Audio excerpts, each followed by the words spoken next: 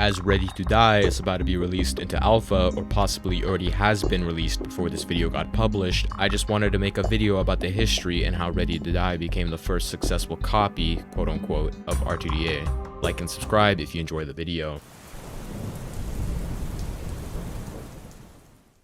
April 22nd, 2021. Reason to Die Awakening declared discontinued by the creator Place Rebuilder. Many fans were hit hard due to the tragic news of the beloved game no longer receiving updates and changes.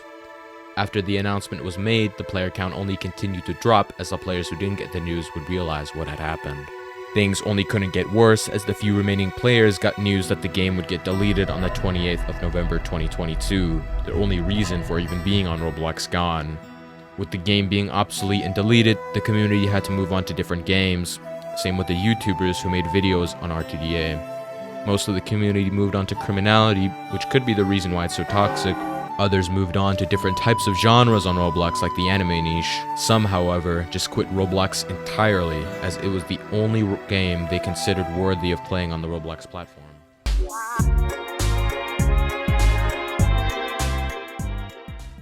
Before I get to talking about Ready to Die, we kinda have to go over this mini segment because it will connect later, as the remakes kinda fueled some inspiration, I guess you could say, into the making of Ready to Die.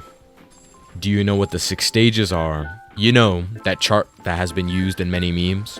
Come on man, it's the 6 stages of grief.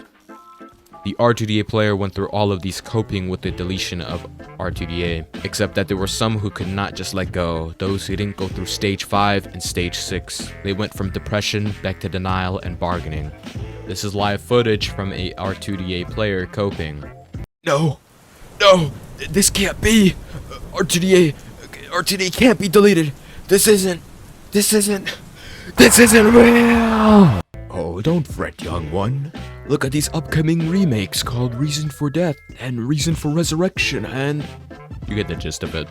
During this time, there were a lot of R2DA remakes floating around that never actually released or showed real gameplay. They were just mainly promising stuff they would never deliver, with some notorious names being R4R, R4D, and some smaller ones like R3R. I won't talk about them in this video as there are a lot of other videos that talk about them that I will link in the description. All you really need to know from this segment is that R2DA players were really desperate for a remake of some sorts.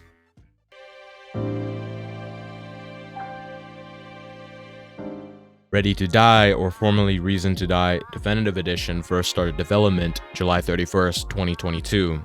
It was kept pretty underground as not much people knew about it, and the only Nitro boosters had leaks, and the Discord server was mainly a place for friends to hang out, in Albert's words. The server did not transition into what it currently is today.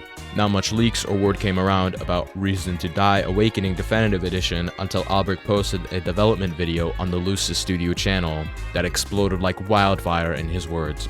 I tried my best to find the original video, however the video is now private but the channel still remains up. I can only assume the video was posted around early December, as that's when more people joined the server and the server was reworked at that time. A lot of the old chats, such as General, have been archived and the public cannot access them, so I am left in the dust just like you are. What I mean by this is that a lot of info that I needed was in the old general chats, but as I've said, they are now archived as of March 1st, 2023, so there's not much word about this topic. To summarize, it was pretty underground and only started attracting hype in early December.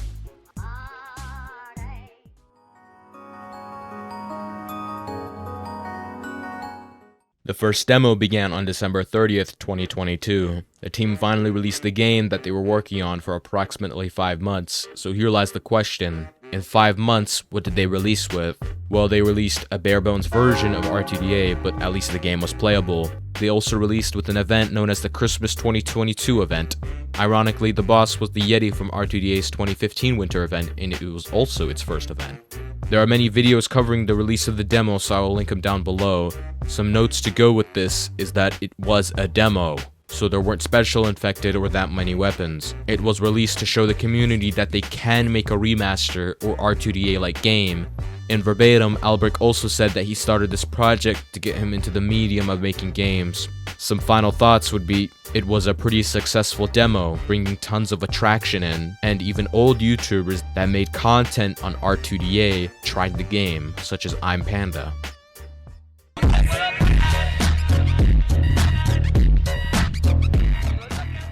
Another mini segment, but this just tells us what happened after the demo and what plans they had for the future of the game. Albrecht and his team aimed for a second demo featuring more improvements to the game and features such as special infected, more game modes, and just more content in general. Demo V2 was supposed to release in May, but due to Albrecht's personal issues and that he wanted more content in the game, he delayed the release to an estimated window of late summer. Arsa, a developer of Ready to Die, later said around 9 days after the announcement that the release window changed from late summer to anywhere from June to September. Final statements from Albrecht is that it would no longer be a demo V2 and instead go straight into alpha. Reason to Die Definitive Edition also got a name change as Place Rebuilder no longer wanted the game title to have Reason to Die in it. Now it is called Ready to Die.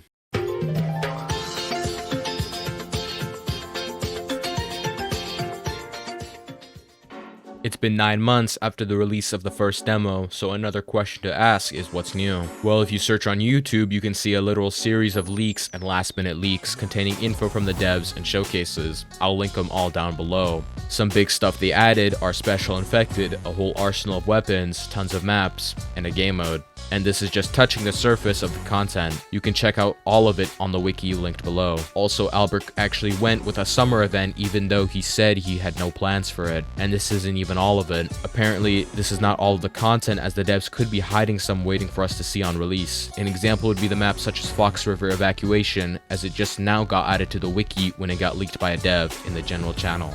To summarize, a whole bunch of new content and changes got added, and now it isn't that bare bones demo it once was. Now you could call it R2DA, but it's still 5 years early to call it that.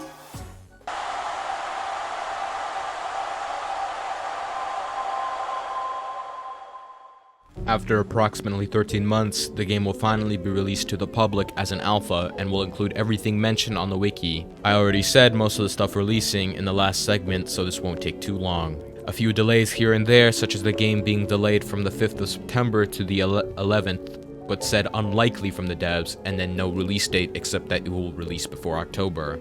Not a lot to say as the game hasn't actually released yet, but I mean, you're watching this video hopefully after it released.